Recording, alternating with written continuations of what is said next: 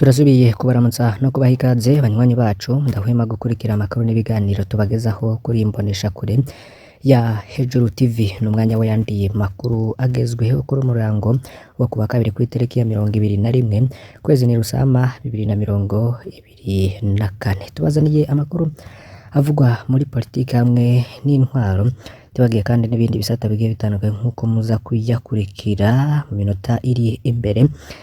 Muri iyi nkuru rero tugiye kugaruka ku ngingo ikomeye cyane. Dr Jean Minani asaba Daniel Geras Ndabirabe gutanga imihoho mu mabanga y'umukuru w'inama nshingamateka kubera amakosa yakoresheje umukuru w'igihugu.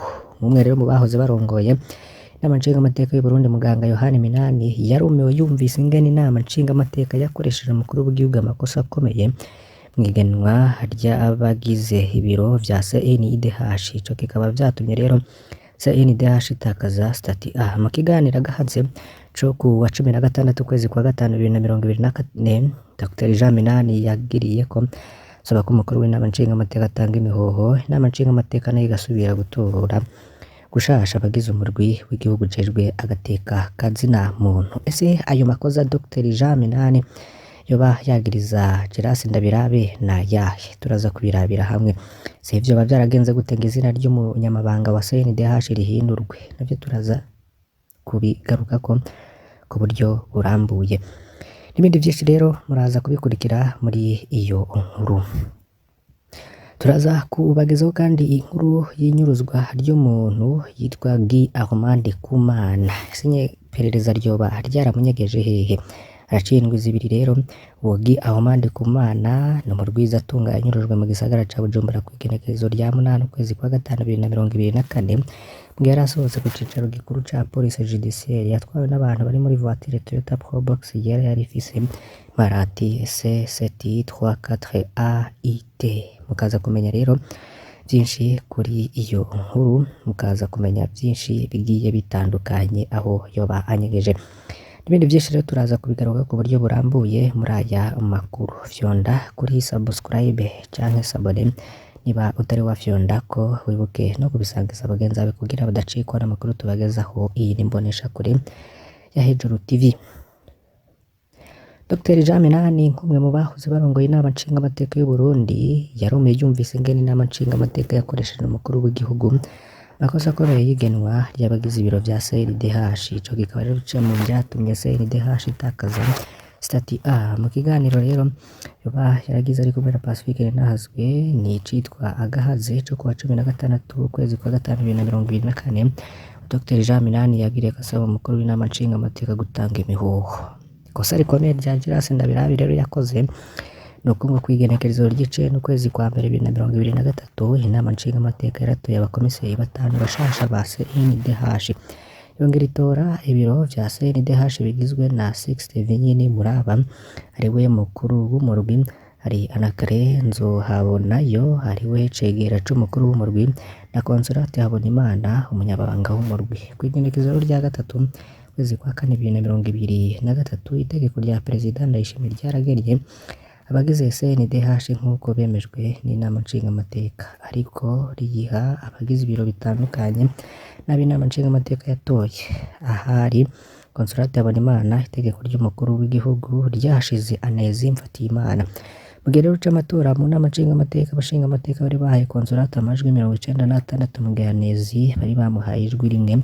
None uwo yoba yararonse ijwi rimwe niwe yagenwe. Mwumviriza ku kamaramaza. Ibiro vy'umukuru w'igihugu vyo bari vyo vyahinduye ayo mazina. Masoko yacu yemeza ko urutonde rw'abagize ibiro vya CNDH rwahinduriwe mu biro vy'umukuru w'igihugu. Mu biro vy'umukuru w'inama nshingamateka Daniel Geras Ndabirabe President Ndayishimiye yashize umukono kuri urwo rutonde yarungikiwe n'umukuru w'inama nshingamateka. Dr Jean Minani yavuze arongoye inama nshingamateka yumvise ivyo bintu yarumiwe niko gusaba ko Daniel Geras Ndabirabe atanga imihoho mu kubona yarakoresheje umukuru w'igihugu ikosa rihambaye gutyo. Dr Jean Minani akaba yaragize ati biratangaje kumva iryo bara ryarabaye novyita ibara kuko nta na rimwe bishoboka ko umukuru w'igihugu atera igikumu kw'itegeko ritandukanye n'iryatowe n'inama nshingamateka. Iyo bibaye gutyo iryo tegeko ntirishobora kwemerwa, ntiriba ari itegeko. Ni ukuvuga rero umurwi ntabwo ushobora kwemererwa ko ari umurwi wigenga, si no mu makungu gusa no mu Burundi ntabwo ari umurwi wigenga uraba agateka kazina muntu. Iyo umukuru w'igihugu akoresheje itegeko ridahari igikorwa ateye ku mukono nta n'umwe acemera, vyokosorwa gute? Se bosubira inyuma bagasubira gutora? Ntibatora gusa umunyamabanga batora uwo murwi wose. Kuko rero nibatabikosora uwo murwi nta jambo uzogira. Ibiro vy'inama nshingamateka vyarungikira iryo tegeko umukuru w'igihugu vyategerezwa no kubabuza vyose hereye ku mukuru w'inama nshingamateka. None vyagenze gute ngo izina ry'umunyamabanga wa CNDH rihindurwe? Amasoko yacu y'ibanga yagize Sixte Vinyinimuraba no mu bakozi bo mu biro vy'umukuru w'inama nshingamateka ko ari bo bumvikanye barahindura izina ry'umunyamabanga wa CNDH. Mu kiringo cahera Consolate Habonimana yari icegera ca Sixte Vinyinimuraba. Hagati y'izo ndongozi za CNDH icuka cari kibi cane kugeza aho Sixte Vinyinimuraba yandikira umukuru w'igihugu yagiza Consolate Habonimana ko ari umuvugizi w'abatutsi bo muri CNDH, naho Consolate Habonimana atasubiriye kwemeza icegera ca Vinyi. Ubwo umukuru wa CNDH yoba yarababaye kubona Consolate agarutse mu biro vya CNDH mu gihe abagize ibiro vya CNDH basinye bose kugira amafaranga asohoke muri banki. Aho niho baharavuye ko Sixte Vinyinimuraba akora ibishoboka vyose kugira Consolate Habonimana ntagaruke muri biro. Sixte Vinyinimuraba n'uwo mukozi wo mu biro vy'inama nshingamateka boba bibwiye ko Consolate agumye ari komiseri wa CNDH agakurwa mu biro gusa ko ataco bitwaye. Niho rero bazoba barihendeye kubera ivyo bazoba barakoze bitandukanye n'ivyatowe n'abashingamateka. Gutyo bazoba barakoresheje kosa umukuru w'inama nshingamateka nawe arikoresha umukuru w'igihugu. Iyo nawe rero aca asinya itegeko ritabaho, mu nyuma bagakwegera CNDH yose icitakaza iteka ryayo mu makungu. Jaminani rero akavuga ko CNDH y'uno munsi idakwiriye no kwemerwa mu vy'ikora mu gihe yagenwe n'itegeko ritabaho. Daniel Gerase Ndabirabe yoba nawe nyene yaguye mu vyo atazi amaze arungikira umukuru w'igihugu urutonde rutari rwo. Tubikoze bino bintu biranakeneye n'amatohoza nyayo, bityo rero wakoze ibara ahanwe birakenewe kandi ko rino kosa rikosorwa vyihuta. Inama nshingamateka nisigura uko ibintu vyagenze hanyuma isubire itore gushasha abagize CNIDH. Ko rero vyoba vyifashe. Yandi makuru haraciye indwi zibiri uwitwa Guy Ahmad Ndikumana n'umurwizatunga yanyurujwe mu gisagara ca Bujumbura kw'igenekerezo rya 8 ukwezi kwa gatanu 2024 mu gihe yari asohotse ku cicaro gikuru ca police judiciaire. Yatwawe n'abantu bari muri voiture Toyota Probox yari ifise imparati C73A4AIT. Rero ico tumaze kumenya nuko imodoka yakoreshejwe mu inyuruzwa rya Guy Ahmad Ndikumana hariyo nyene yagarutse gukoreshwa mu inyuruzwa rya Christian Mupenzi yakuwe mu Bwiza kw'igenekerezo rya 15 ukwezi kwa 4 2024.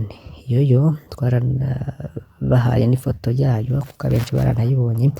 Baraza rero bavuze ko imodoka yatwaye Guy Ahmad Ndikumana niyo nyene yari ifiswe n'iyatwaye Christian Mupenzi. Amakuru rero atuma haboneka ko urwego rwanyuruje Guy Ahmad ari rwo rwonyene rwanyuruje Christian Mupenzi akaba afungiwe mu iperereza. Guy Ahmad Ndikumana we ntagakurukiwe.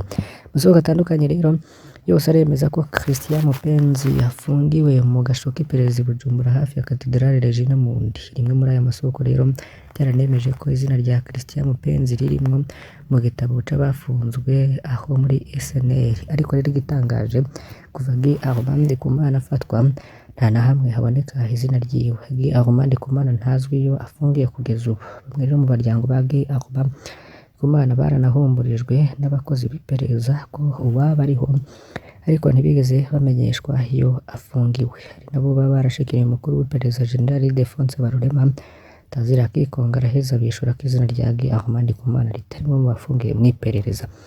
None ko imodoka yajanye Guy Ahmad Ndikumana ariyo yahavuye ijana Christian Mupenzi, mu nyuma Christian Mupenzi akaba yabonetse ari mu gasho k'iperereza. Guy Ahmad Ndikumana we iperereza ryamujanye hehe?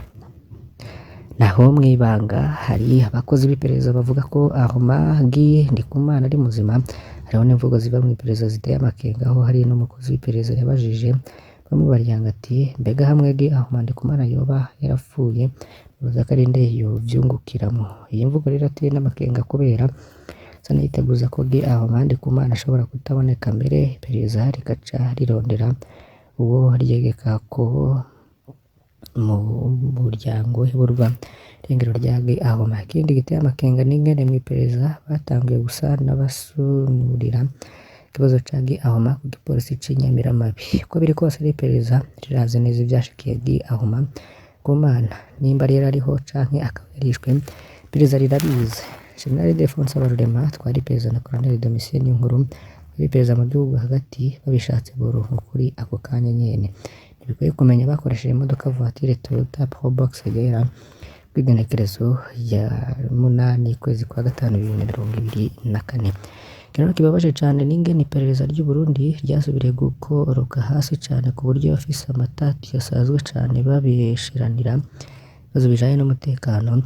Iperereza rero rikaca rivyivangamwo abantu b'inzirakarengane bakanyuruzwa bakongera bakabugwa irengero. Ildefonse Habarurema na Domitien Niyonkuru ntibahagarika ivyo bintu ngo basubire kwiha iteka bari batanguranye ikiringo cabo. Tugaruke ku yandi makuru rero hariko aravugwa mu bindi bimenyesha amakuru.